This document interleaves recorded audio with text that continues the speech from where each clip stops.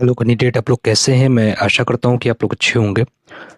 तो चलिए हम लोग वीडियो की शुरुआत करते हैं। वीडियो की शुरुआत करने से पहले मैं आप लोग से यही बोलता हूं, जो लोग चैनल पर पहली बार विजिट किए हैं आप लोग सिंपली चैनल को जरूर सब्सक्राइब कर लीजिएगा। सब्सक्राइब करने से बेल नोटिफिकेशन को दबाना मत भूलिएगा, ताकि आपको वीडियो की लेटेस्ट इन्फॉर्मेशन मिलती रहे। टेलीग्राम चैनल को भी आप लोग जरूर ज्वाइन कर लीजिएगा। वीडियो के डिस्क्रिप्शन बॉक्स पर टेलीग्राम चैनल की लिंक मिल जाएगी, आप लोग वहाँ से टेलीग्राम चैनल को ईजिली ज्वाइन कर सकते हैं। और वीडियो की शुरुआत करने से पहले मैं आप लोग से यही बोलता हूँ, वीडियो को पूरी तरह से वॉच करिएगा, जैसे आप लोग को इस पर्टिकुलर इन्फॉर्मेशन के लिए कोई दूसरी वीडियो को देखने की आवश्यकता ना हो। तो मैं सर आप लोग वीडियो के लास्ट तक जरूर बने रहिएगा। तो चलिए बिना किसी देरी के हम लोग वीडियो की शुरुआत करते हैं। तो यहाँ पर आप लोग सिंपली देख सकते हैं कि जैसा कि आप लोग को पता है कि अभी मध्य प्रदेश में आचार संहिता लागू हो गई है। ठीक है, आप लोग को भी पता है अभी आचार संहिता लागू है। तो बेसिकली आचार संहिता का मतलब यही होता है कि जो गवर्नमेंट है, जो सरकार है, वो किसी भी पार्टी की है, चाहे आप बीजेपी की बात करें, कांग्रेस की बात करें, ठीक है, और भी आप लोग जितनी भी पार्टियां हैं, आम जनता पार्टी है, कोई भी, ठीक है। तो बेसिकली जितनी भी पार्टियां हैं, वो सरकार जो भी है किसी को प्रलोभन नहीं देगी, जिससे क्या है मत जो है प्रभावित हो। क्योंकि आप लोग को पता है जब भी वोट आता है तो सरकार की तरफ से या जो भी जैसे अभी लोकसभा का चुनाव चल रहा है उसमें सांसद लोग हैं, उनकी तरफ से प्रलोभन दिया जाता है। तो उनकी तरफ से जो भी प्रलोभन दिया जाता है वो यहाँ पर मान्य नहीं होता है। तो इस पर अगर कोई भी सरकार जो है, कोई भी जो निर्वाचित सदस्य है, मतलब लोकसभा में जो भी एमपी में खड़ा हुआ है, अगर वो प्रलोभन देते हुए पाए जाते तो उन पर एक्शन लिया जाता है। तो कहने का मतलब ये है। तो आचार संहिता का बेसिकली यही मतलब है कि मत जो है प्रभावित ना हो। अब बात करते हैं कि इससे और क्या है। आप लोगों को पता है कि 1 जून यहाँ पर लास्ट स्टेज रहने वाला आचार संहिता का, वो 4 जून को जो है रिजल्ट आ जाएगा, ठीक है। अब आप लोग को बेसिकली यहाँ पर करना क्या है कि जैसे अभी आचार संहिता लागू है, अब आप लोग के पास जो आप किसी भी सिटी के हो मध्य प्रदेश के, ठीक है, वहाँ पर राजनेता आएंगे, नेता आएंगे, रैलियाँ होंगी, प्रचारक आएंगे, क्योंकि अभी चुनाव है। तो आप लोग को वहाँ पर जाना है, अपने लेवल पर जो भी आप लोग से होता है, जितना भी आपके पॉइंट्स है वहाँ पर आप लोग को रखना है। क्योंकि मीडिया भी रहेगी, अभी चुनाव है, तो अगली जो मीडिया का हस्तक्षेप है, एक तरह से जो मीडिया जो है टीआरपी के लिए आगे बढ़ती है, ठीक है।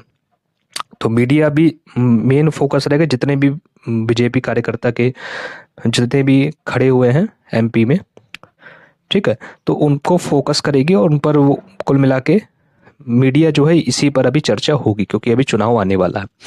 अब आप लोग को करना क्या, इसी चीज़ का फ़ायदा उठाना है, ठीक है। जितने भी आप लोग को, चाहे जितने भी प्रचारक होती, रैलियाँ होती है, जितने भी बड़े बड़े बीजेपी के कार्यकर्ता आएंगे, वहाँ पर मंत्री मिनिस्टर भी आएंगे, तो आप लोग को इसी चीज़ का फ़ायदा उठा के अपनी बातों को रखना है और अपने जो आंदोलन को उग्र करना है, तभी आप लोग के हित में बात आएगी, ठीक है।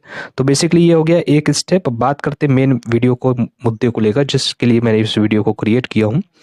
सबसे पहले जो अभी बेसिकली यहाँ पर, जैसे आप लोग को पता होगा, बैकलॉग के पद के बारे में मैं पूरा डिटेल यहाँ पर रिसर्च करके जो पोस्ट है उसको मैंने एक मतलब पीडीएफ बनाई हुई है, डेटा स्ट्रक्चर को कलेक्ट किया है कि बैकलॉग के पद टोटल वर्ग 1 में कितने हैं और बैकलॉग के ही पद अभी टोटल कितने रिक्त बचे हुए हैं, ठीक है। तो उस पर हम लोग चर्चा करेंगे और पदों के बारे में पूरे अच्छे से विश्लेषण करेंगे कि पद एक्चुअल में है क्या। तो बेसिकली जो यहाँ पर ये पद के बारे में यहाँ पर बात किया जा रहा है वो है बैकलॉग के, पूरे वर्ग 1 में जितने भी बैकलॉग के पद है उसके बारे में यहाँ पर डिस्कशन किया जा रहा है कि कितने पद यहाँ पर अलॉट किए गए, कितने फिल हुए और कितने रिमेनिंग सीट्स अभी टोटल बची हुई बैकलॉग के पद।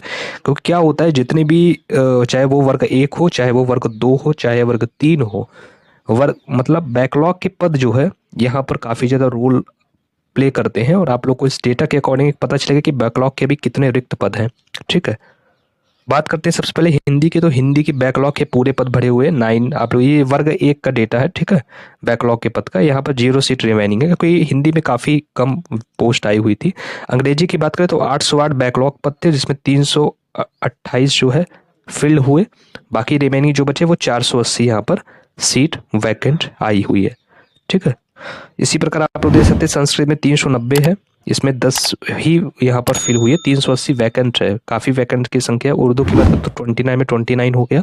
मैथ्स की बात करें तो 524 में ओनली 41 यहाँ पर वैकेंट सीट हुई है, मतलब वैकेंट से नहीं फिल्ड सीट है, जो वैकेंट है वो 483 है, ठीक है। बायोलॉजी की बात करें 386 है, इसमें 86 पोस्ट फिल हुए, 300 यहाँ पर पोस्ट वैकेंट है। इसी प्रकार आप लोग देख सकते हैं फिजिक्स की तो 367 पोस्ट है, उसमें 57 ही भरा हुआ है और 310 यहाँ पर वैकेंट है। केमिस्ट्री की बात करें तो यहाँ पर 281 पोस्ट है, 88 यहाँ पर फिल्ड है और 193 यहाँ पर वैकेंट सीट है। हिस्ट्री में 157 है, 105 यहाँ पर फिल्ड है, 52 यहाँ पर वैकेंट सीट है। पॉलिटिकल साइंस की बात करें तो 129 यहाँ पर जो है सीट अलॉटेड की गई है, जिसमें 90 सीट ही यहाँ पर फिल है वैकेंट में। वैकेंट नहीं इन द सेंस बैकलॉग में यहाँ पर सिर्फ 90 ही फिल्ड है, एंड जो वैकेंट सीट है वो 39 यहाँ पर वैकेंट सीट है। जियोग्राफी की बात करें तो 36 से यहाँ पर देख लीजिए 26 फिल है, 10 यहाँ पर खाली सीट है। इकोनॉमिक्स में 158 है, इसमें 104 यहाँ पर ये फिल्ड है एंड 54 यहाँ पर वैकेंट सीट रह रही। इसी प्रकार आप लोग देख सकते हैं सोशियोलॉजी में 47 यहाँ पर अलॉटेड किया गया था, 18 ही यहाँ पर फिल हुआ है, 29 यहाँ पर वैकेंट सीट है। कॉमर्स की बात करें तो 260 यहाँ पर कॉमर्स में सीट अलॉटेड किया गया था, 121 ही फिल हुआ है, लगभग हाफ भी फिल नहीं हुआ है, एंड 139 यहाँ पर वैकेंट सीट है। एग्रीकल्चर की बात करें तो 80 यहाँ पर पोस्ट अलॉटेड किया गया था, 36 यहाँ पर फिल्ड है एंड 44 यहाँ पर वैकेंट है। होम साइंस में 7 सीट थी और 5 यहाँ पर फिल है, 2 यहाँ पर वैकेंट सीट आई है। अब बात करते हैं कि टोटल यहाँ पर कितनी अलॉटेड सीट है, कितने यहाँ पर फिल हुआ है, कितना यहाँ पर वैकेंट बैकलॉग का वर्ग 1 में है। तो यहाँ पर आप लोग सिंपली देख सकते हैं जो टोटल अलॉटेड सीट थी वो 3668 थी, एंड जो 1124 यहाँ पर सीट भरी हुई है, एंड 2500 के अप्रॉक्स 44 ये सीट वैकेंट है। तो लगभग आप परसेंट निकालेंगे तो लगभग 70% आप लोग देख सकते हैं कि यहाँ पर बैकलॉग के पोस्ट जो है यहाँ पर वैकेंट है। ठीक है, तो 70% यहाँ पर सिर्फ और सिर्फ बैकलॉग के यहाँ पर पद वैकेंट है वर्ग 1 के बारे में। ये वर्ग 1 का पूरा डेटा है। तो आप लोग यहाँ पर देख रहे हैं कि 70% बैकलॉग के अभी भी पद खाली है, जबकि बैकलॉग की में हमेशा मेजर रोल करता है किसी भी वैकेंसी में बैकलॉग के थ्रू ही, क्योंकि जितनी भी नोटिफिकेशन आते हैं उसमें बैकलॉग के पद यहाँ पर ज़्यादा देखने को मिलते हैं। अब बात करते हैं कि 70% सीट यहाँ पर रिक्त बताई जा रही है। अब आप लोग को पता होगा जो नोटिफिकेशन आते हैं वो 8720 थी, 8720 के अप्रॉक्स यहाँ पर वर्ग 1 में पोस्ट थी। उसमें से आप लोग को पता होगा कि जो इस डेटा के अकॉर्डिंग पता चल रहा है कि 1124 लगभग बैकलॉग है एंड 3500 इसमें फ्रेश वैकेंसी आती है, जो कि आप लोग को लग रहा है कि 8720 पोस्ट में आप लोग की हायरिंग हो रही है, बट ऐसा नहीं है। जो हायरिंग एक्चुअल में हो रही है वो 4500 के अप्रॉक्स यहाँ पर वैकेंसी आप लोग के सामने आई हुई है। ठीक है, क्योंकि यहाँ पर बैकलॉग के पद को भी यहाँ पर अच्छे से नहीं भरा जा रहा था, बाकी सीट अभी खाली जा रही है। अगर यही अनुपात रहेगा तो जो लोग क्वालिफाई है वो यही सोचते रहेंगे कि हमारा यहाँ पर सिलेक्शन कब होगा, और जो लोग वेटिंग में हैं तो वो भी यही सोचेंगे कि हमारे यहाँ पर सिलेक्शन बेसिकली कब होगा।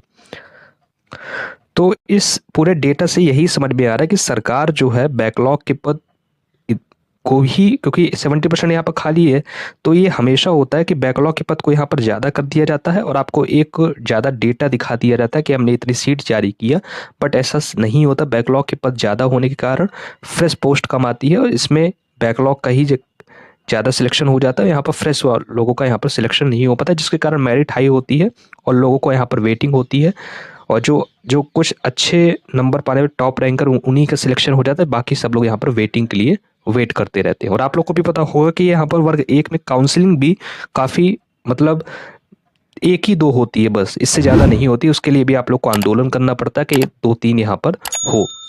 तो कहने का मतलब ये है कि सरकार क्या कर रही है, 70% बैकलॉग की सीट भी खाली है बैकलॉग के पोस्ट होने के बाद भी। मैं बैकलॉग का विरोध नहीं कर रहा हूँ, बट जो यहाँ पर रियल डेटा है, फैक्ट्स है, मैं आप लोगों को वो दिखा रहा हूँ। अब बेसिकली यहाँ पर बैकलॉग क्या है, क्योंकि यहाँ पर कैंडिडेट ही नहीं है तभी ये सीट वैकेंट जा रही है। अगर कैंडिडेट होते तो ये सीट वैकेंट सरकार क्यों करती। और आप लोग को पता होगा कि अदर देन कैटेगरी जो कि SC/ST के अलावा OBC हो गया, जना जो मतलब युवा श्रेणी में आते, वहाँ पर पता होगा कि SC/ST में ढेर सारे पद है, बट वहाँ पर कैंडिडेट उपलब्ध नहीं। बट अदर जो युवा कैटेगरी में OBC हो गया, जनरल हो गया, तो यहाँ पर जो कैंडिडेट हैं काफ़ी ज़्यादा, बट यहाँ पर पद ही नहीं है, इसलिए ये बेसिकली हो रहा है। तो कहने का मतलब यही है कि सरकार जब तक पद नहीं बढ़ाएगी तब तक आप लोग का यहाँ पर बेसिकली कल्याण नहीं होने वाला है। ठीक है, जहाँ पर सीट बढ़ाने की जरूरत है वहाँ सरकार बढ़ा नहीं रही है, और जहाँ पर बढ़ाने की जरूरत नहीं है वहीं पर सरकार बैकलॉग पद ला रही है, जिससे SC/ST वाले कैंडिडेट यहाँ पर ज़्यादा सिलेक्ट, बट वो क्वालिफाइड ही नहीं है। इसलिए जो लोग SC/ST में है उनका सिर्फ क्वालिफाइड ही हो जाए तो उनका यहाँ पर सिलेक्शन हो जाता है। ठीक है, बट जहाँ पर OBC जनरल की बात करें, जो अदर देन SC/ST है, तो उन पे सीट वहाँ बढ़ाने की जरूरत होती, तो सरकार उस पर ध्यान नहीं दे रही है।